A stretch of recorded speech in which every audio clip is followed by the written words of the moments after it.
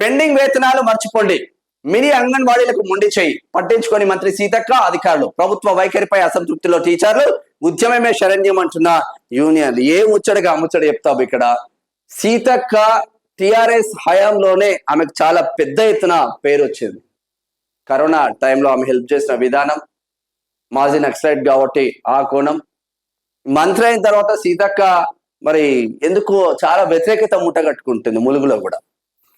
Irrigation బిల్లులు ఇవ్వద్దు, finance department కు సీఎంఓ ఆంక్షలు. జల సౌదా చుట్టూ చిన్న కాంట్రాక్టర్ల ప్రదక్షిణ, నిధులు లేక నత్తనడక ప్రాజెక్టుల మరమ్మతులు.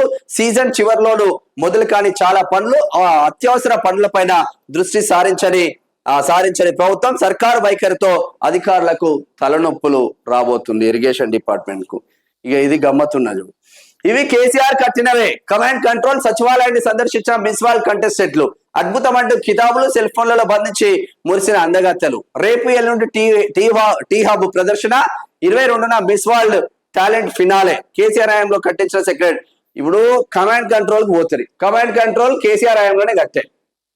ఇక సచివాలయానికి పోతుంది, సచివాలయానికి కేసీఆర్ హయాంలోనే కట్టే.